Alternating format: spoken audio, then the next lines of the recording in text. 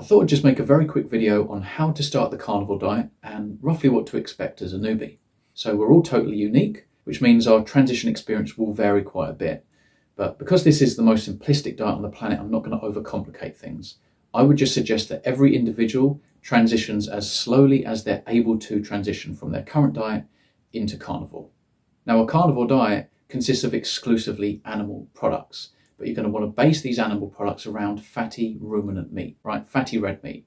And the reason why is because, well, you're not consuming carbohydrates anymore, and so fats are your new fuel source. It's also full of nutrition. And you're also going to want to focus on ruminant meat because it's the least inflammatory and the most nutrient dense. So we're talking about beef, lamb, you can have buffalo, bison, elk, whatever it is that you can get your hands on. I understand many people might be concerned about budget. My advice here would be to, if you can, access a local butcher and talk about how much beef trimmings are and fat trimmings, right? So from beef or lamb, anything like suet, all of this stuff is great, and you'll find that it's actually really quite cheap. You know, often they give this stuff away, or you may just end up paying a few dollars or a few pounds. I would prioritize the fats from the butchers, okay? Because if you're getting some conventional meat, maybe it's a bit heavy on hormones and antibiotics, they're grain finished, which isn't an issue. There may be traces of problems in the fat. So I think if you can go to a local butcher, support them, prioritize the fat from the butcher, and then feel free to go to the store and pick up some ground beef, some lean looking steaks or whatever, because you're not going to have issues really with conventional meat in terms of the protein. Okay, so, but again, don't stress too much about being perfect right off the bat. Feel free to keep teas and coffees in the diet, pepper on your steak, paprika on your eggs, whatever it is. Don't worry about being 100%, and I certainly wouldn't switch overnight. The reason why I would transition as slow as possible is because the biome will change in your gut, and if you're changing very rapidly, you probably heard of keto flu, oxalate dumping, this kind of stuff. You may run into diarrhea, constipation problems, energy problems, sleep problems, cramp problems. You're switching your metabolism. It's a big deal, and so the slower you can take this process, the better. I personally would just prioritize the worst things in your diet to get rid of that first. So you may want to take out the highly processed foods and start piecing together your meals using one ingredient foods kind of thing.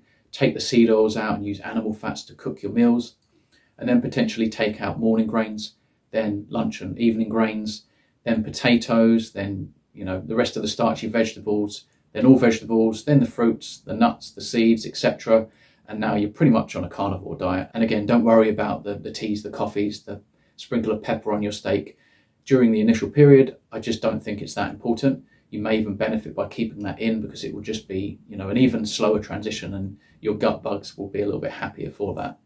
Another way you could do this is just to switch meals. And so say you're having 3 meals a day, maybe switch your cereal out, for example, in the morning for eggs and bacon, maybe your sandwich, wrap or salad at lunchtime for maybe eggs and a tin of sardines, and then come dinner time, rather than, a spag bowl, shepherd's pie, whatever it is that you eat, switch that out for steak and eggs and butter, something like that. I think if I was to go back in the beginning, I would just like to have a lot of variety, because I think that's only going to help you stay on track.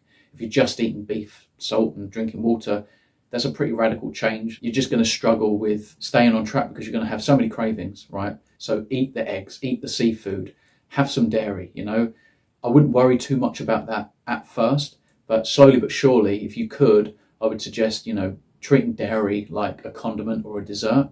And maybe if you don't do dairy very well, you can't tolerate it, obviously cut it out. Now, salt will help with the cravings. Salt your food to taste. I use a Celtic salt. You could have Himalayan salt, Rebben sea salt. You're going to want to cook in animal fats, right? If you're going to cook in a pan, try and cook in a cast iron pan, stainless steel pan, something like that.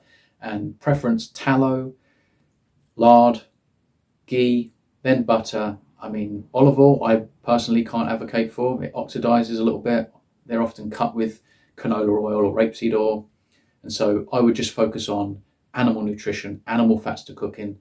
Now, when you get hungry, whenever that is, sit down and eat a meal until you are full, right? Don't push it, but just eat until your body tells you, I've had enough. This isn't tasting as nice anymore. Put your food down, perhaps stick the food in the fridge for the next day or even later that day. And just anytime you're hungry, sit down and eat. Focus on fatty cuts of meat, especially red meat, and salt your food to taste. It's also going to help keep your stomach acid nice and acidic so you can break down your food properly and absorb everything in your small intestine. Don't worry about counting calories or tracking anything. On this diet, honestly, it's just absolutely, totally unnecessary. Again, in the beginning, lots of people can struggle with cramps, and this is usually due to electrolyte balance. Often salting your food and the water that you're drinking can really help, but for some people, they do better to add non-flavored electrolytes to their water. And so if you are interested in a high quality product, I use non-flavored electrolytes from Keto Pro. I will leave a link below, and when you enter code KENTCarnivore10, you'll receive 10% off all of your purchases. I want to welcome you into this beautiful community, and I really hope that you have great success going into 2025. I'm sure there's a lot of people that are concerned about things like vitamin C, fiber, cholesterol. First of all, vitamin C is present in meat. Yes, it's very, very low, but our requirements are also very low. And the reason why that is because we're not consuming carbohydrates or things that are metabolized as glucose. Glucose competes for vitamin C for absorption. So vitamin C isn't an issue. I mean, no carnivore on the planet has scurvy, okay? In terms of fiber is just lots of sugar we can't digest. It's totally non-essential. I understand that it does feed the gut, but that's because once it hits the colon, the fermentation process generates short-chain fatty acids and ketone bodies, right? And so we get short-chain fatty acids in animal proteins, and obviously we're going in and out of, or staying in a lot of the time, nutritional ketosis. And so we're feeding the gut that way.